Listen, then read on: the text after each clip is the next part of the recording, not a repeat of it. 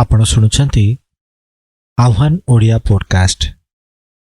ଆସନ୍ତୁ ଶୁଣିବା କ୍ଷୁଦ୍ର ଗଳ୍ପ ଆମ ଗାଁ ହାଲଚାଲ।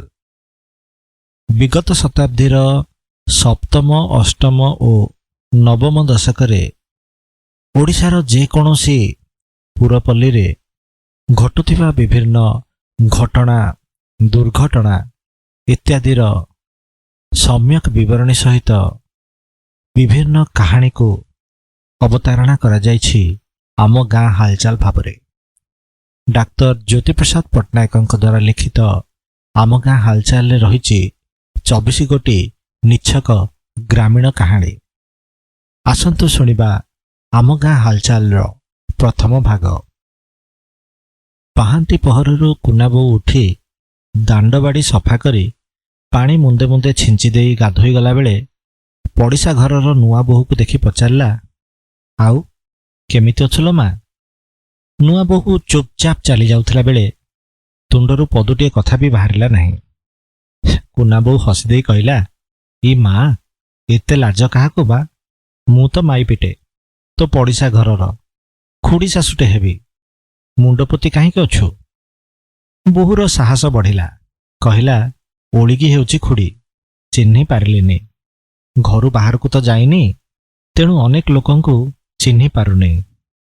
କୁନାବୋଉ ହସିଦେଇ କହିଲା, ଠାକୁର ତତେ କୋଟି ପରମାୟୁ ଦିଅନ୍ତୁଲ ବୋହୂ, ତୋ ହାତ କାଚ ବଜ୍ର ହେଉ, କୋଳରେ ଗଣ୍ଡେ ଦିଗଣ୍ଡା ପୁଅ ଖେଳେଇବୁ।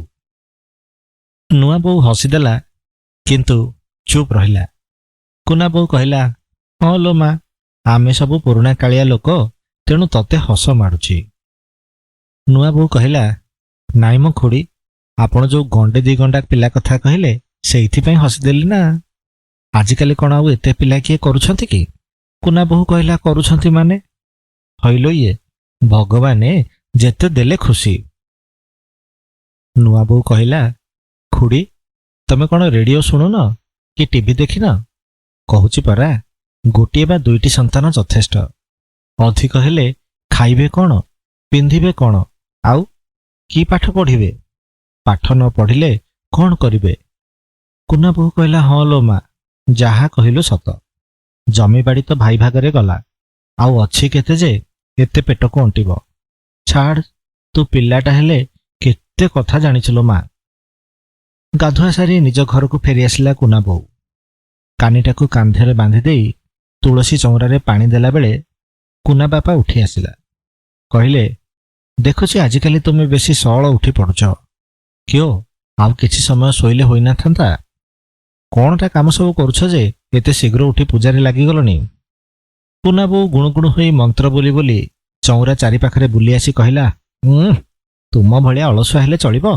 ଏଣେ ଚୁଲିକୁ କାଠ ନାହିଁ, ଗାଈ ପାଖକୁ ତୋରାଣି ନାହିଁ, ଧୋବୁଣୀ କହୁଥିଲା ଏସନ ଲୁଗାଟେ ନବ ବୋଲି, କିଛି ତ ନାହିଁ, ଆଉ କହିବି କ'ଣ? ମୋ ଦୁଃଖ କିଏ ବୁଝିବ ଲୋ ମା?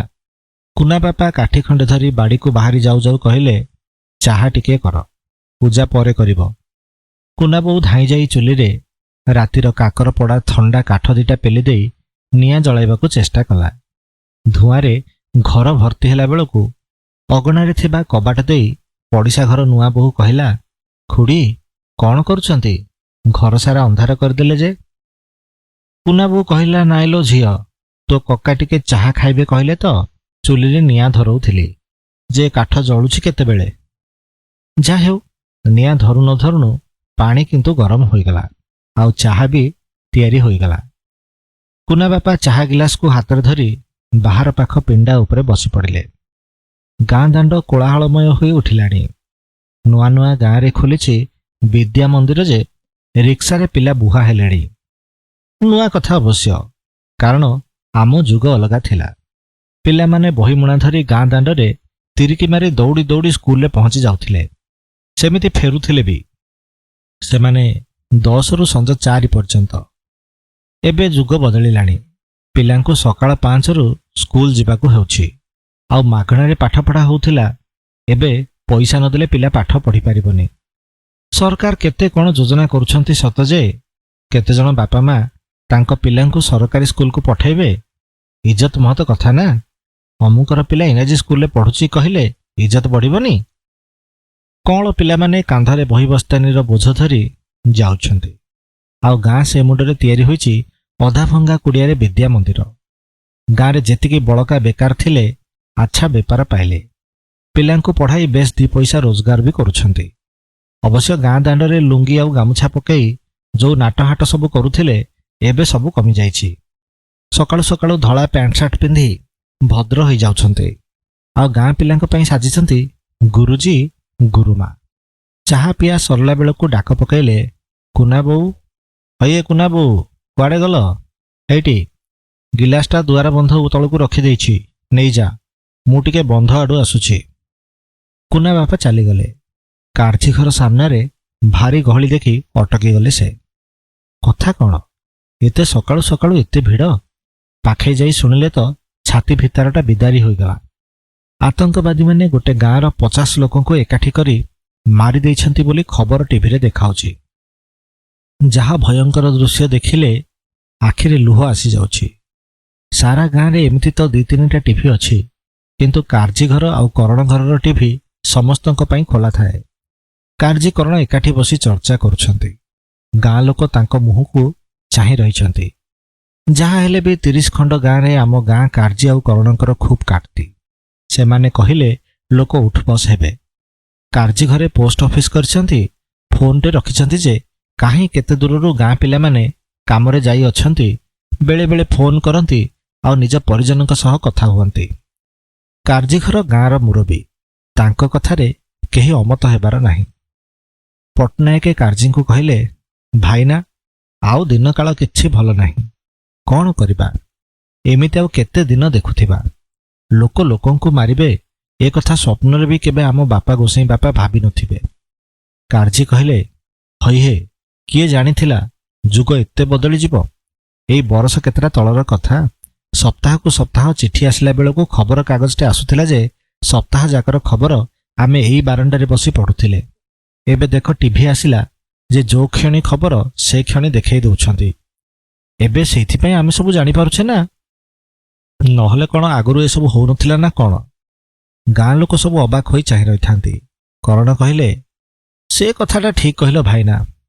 ଦେଖୁନ, ଯେତେବେଳେ ଇନ୍ଦିରା ଗାନ୍ଧୀ ମରିଥିଲା, ଭଗବାନ ତାଙ୍କ ଆତ୍ମାକୁ ଶାନ୍ତି ଦିଅନ୍ତୁ, ଆମେ 3 ଦିନ ପରେ ଜାଣିଲେ ନା କ'ଣ? ଆଉ ଗାଁରେ ଯେଉଁ ଶ୍ରାଦ୍ଧ କରିଥିଲେ ଭୁଲିଗଲ ନା କ'ଣ? ଏଇ ସମୟରେ କୁନା ବାପା କହିଲା, ସତ କହୁଛ ଆଜ୍ଞା, କି ଯୁଗ ହେଲାଣି ସତେ। ପଟ୍ଟନାୟକ ହସି କହିଲେ, କ'ଣ ବଳିଆ, ତୋ ଦୁଃଖ ଗଲାରେ। ତୋ ପୁଅ ଦେଖେ, ଆରସନକୁ ଗାଁକୁ ଆସିଲା ବେଳକୁ ତୋ ଭାଗ୍ୟ ବଦଳି ଯାଇଥିବ। ସହରରେ ରହି ପଢ଼ୁଛି ପରା। କୁନା ବାପା ଲାଜେଇ ଗଲା ପରି ମୁହଁ କରି କହିଲା, ଆଜ୍ଞା, ସବୁ ଆପଣମାନଙ୍କ ଦୟା, ନହେଲେ ଆମ ପିଲାଏ କୋଉଠି ଆଉ ପାଠପଢ଼ା କୋଉଠି? ଖାଲି ଆଜ୍ଞା ଆପଣ ଦୟା କଲେ ବୋଲି ମୋ ପିଲାଟା ବାହାରକୁ ଗଲା। ଆଉ ଆଜ୍ଞା ସାନବାବୁ ନିଜ ପାଖରେ ରଖାଇଦେଲେ ବୋଲି ମୋତେ ଟିକେ ବି ଚିନ୍ତା ନାହିଁ। ବାକି ଆଜ୍ଞା ଜନ୍ମ ଦେଇଛି ସିନା, କର୍ମ ତ ଦେଇପାରିବିନି। ଆଜିକାଲିକା ପିଲା ହଳ ଜୋତିବୁ ଆସେ କହିଲେ ହସୁଛି। ଗଲାଥର ଆଇଥିଲା ଯେ କହିଲା, ବାବା ହସ ନାଗୁଛି ଆଜ୍ଞା। କାହିଁ ପିଲାଦିନରୁ ନନା ନନା କହୁଥିଲା, ସହର ଯାଇ ନନାରୁ ବାବା କରିଦେଲା। ଆଉ ଆଜ୍ଞା ଇଂରାଜୀରେ 2 ପଦ କ'ଣ କହିଲା ମନେ ରହିଲାନି। ପଟ୍ଟନାୟକ ହସି ଦେଇ କହିଲେ, ଆମ ଗାଁ ପିଲାଟି ସେ, ଦେଖିଲୁ କେତେ ସଅଳ ସବୁ ଶିଖିଲାଣି। ଆହୁରି ଆଗକୁ ଦେଖିବୁ ଯେତେବେଳେ ସେ ବାବୁଟେ ହୋଇ ଗାଁକୁ ଆସିବ। ଘରେ ସିନ୍ଦୁକରେ ରଖିବା ପାଇଁ ଜାଗା ପାଇବୁନି, ଖାଲି ପଇସାରେ ପୋତିଦବରେ। କୁନା ବାପା କହିଲେ, ପଇସା ଆଜ୍ଞା କ'ଣ କରିବି, ମଲା ବେଳକୁ ଧରିକି ଯିବି କି? ହଁ, ପିଲାଟା ଯୋଗ୍ୟ ହୋଇଗଲେ ମଲା ପରେ ବି ଶାନ୍ତିରେ ରହିପାରିବି। ସବୁ ଗାଁ ଲୋକମାନେ କଥାବାର୍ତ୍ତା ଶୁଣୁ ଶୁଣୁ କେତେବେଳେ 8ଟା ବାଜିଲା ଜଣା ପଡ଼ିଲାନି। କାର୍ଜି କହିଲେ, ଚାଲ କାମକାଜରେ ଲାଗିବା, ଦିନ ଆସି ମୁଣ୍ଡ ଛୁଇଁଲାଣି। କରଣେ ଉଠି ଚାଲିଲେ ଆଉ ସମସ୍ତେ ଉଠିଲେ। ସଞ୍ଜବେଳକୁ ଠାକୁର ଘରୁ ଝାଞ୍ଜ ଆଉ ମୃଦଙ୍ଗର ଶବ୍ଦ ଶୁଣି କୁନା ବାପା ଧୋତିଟାକୁ କଛା ମାରି କାନ୍ଧରେ ଗାମୁଛା ପକାଇ ବାହାରି ପଡ଼ିଲେ। ଗାଁ ମାଇପେ ନିଜ ନିଜ ଦୁଆରେ ବସିଥାନ୍ତି। ଗାଁ ମଣ୍ଡପ ଉପରେ କୀର୍ତ୍ତନ ଆରମ୍ଭ ହେଲା। ତେଣେ ମଠରୁ ଦୋଳ ବାହାରି ଗାଁ ପରିକ୍ରମା କରିବା ଆରମ୍ଭ ହେଲାଣି। କାର୍ତ୍ତିକ ମାସ ଯେହେତୁ ସଞ୍ଜ ଶୀଘ୍ର ଆସିଗଲା। ଗାଁ ଦାଣ୍ଡ ସୁନସାନ ହୋଇଗଲା। ତାଟି କବାଟ ପଡ଼ିଗଲା। କୁନାବୋଉ ଆଉ ବଳିଆ ମାଟି ଉପରେ ସପ ପକାଇ ଗନ୍ଥାପଟିରେ ଶୋଇ ଆକାଶକୁ ଦେଖୁଥିଲେ। କୁନାବୋଉ କହୁଥିଲା, ହଇହେ, ଶୁଣିଲଣି? କାର୍ଜି ଘର ପୁଅ କୁଆଡ଼େ ସହରରେ ଗୋଟେ ଝିଅ ବାହା ହେବ ବୋଲି ଠିକ୍ କରିଛି। କି କଥା, ବାପା କକା କିଛି ଜାଣିବେନି, ପୁଅ ନିଜେ ନିଜେ ଠିକ୍ କରିଦେଲା। ବଳିଆ କହିଲା, କୁନା ବୋଉ, ସେ ସବୁ ବଡ଼ ଘର କଥା, ବଡ଼ ଲୋକ ସେମାନେ, ଯାହା ଚାହିଁବେ କରିବେ। ପୁଅ ଆଣିକି ମାସକୁ ମାସ 4,000 ଟଙ୍କା ଯୋଉ ହାତରେ ଅଜାଡ଼ି ଦେଇ ପଳାଉଛି, କାର୍ଜି କେତେ ଖୁସି ତମେ କ'ଣ ଜାଣିବ। ହଉ, ପୁଅ ଯଦି ଇଚ୍ଛା କରିଛି, ଏଥିରେ ଦୁଃଖୀ ହେବାର କି ରାଗିବାର କିଛି ନାହିଁ। ପାଠ ପଢ଼ିଛି ଯେତେବେଳେ ନିଜେ ନିଜ ନିଷ୍ପତ୍ତି ନ ନେବ କିଆଁ? କୁନା ବୋଉ କହିଲା, ଆଉ କେତେ ପାଠ ପଢ଼ିଲେ ବି କ'ଣ ବୋପାଠୁ ଅଧିକ ହେଇଯିବ କି? ଆଜିକାଲି ଯଦି ଆମ କୁନା କହିବ ମୁଁ ଗୋଟେ ସହରୀ ଝିଅ ବାହା ହେବି, ତୁମେ କ'ଣ କରିବ?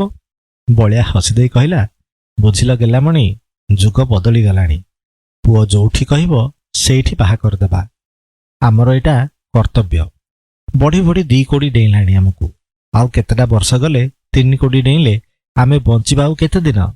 କାହିଁକି ପୁଅର ଇଚ୍ଛାକୁ ବାଧା ଦେବା? ସେ ଯାହା କହିବ ତା ଖୁସିରେ ହଁ କଲେ ଆମେ ଶେଷ ବୟସଟା ଶାନ୍ତିରେ କାଟିବା। ନହେଲେ ଏବେ ଯେମିତି ଏକା ଏକା ଆକାଶକୁ ଚାହିଁ ରହିଛେ, ସେମିତି ମରିଯିବା ମଧ୍ୟ। କୁନାବୋଉ ଅଭିମାନ କରି କହିଲା, କାହିଁକି ସେ ନିଆଗଲା କଥା କହୁଛ? ମଲାଗଲା କଥା କେବେ କହିବନି।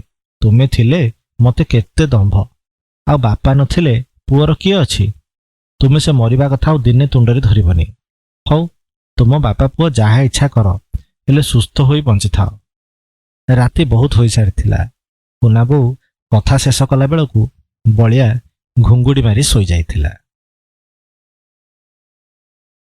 ଆପଣ ଶୁଣୁଥିଲେ କାହାଣୀ ଆମ ଗାଁ ହାଲଚାଲ। ଲେଖିଥିଲେ ଡାକ୍ତର ଜ୍ୟୋତିପ୍ରସାଦ ପଟ୍ଟନାୟକ। ଯଦି ଆପଣଙ୍କୁ ଆମର ଏହି ଉପସ୍ଥାପନା ଭଲ ଲାଗେ, ତାହେଲେ ଆମ ଚ୍ୟାନେଲକୁ ଲାଇକ୍ ଏବଂ ସବସ୍କ୍ରାଇବ୍ କରନ୍ତୁ ଏବଂ ଏହିସବୁ କାହାଣୀ ନିଜ ବନ୍ଧୁମାନଙ୍କ ସହ ସେୟାର କରନ୍ତୁ। ଧନ୍ୟବାଦ।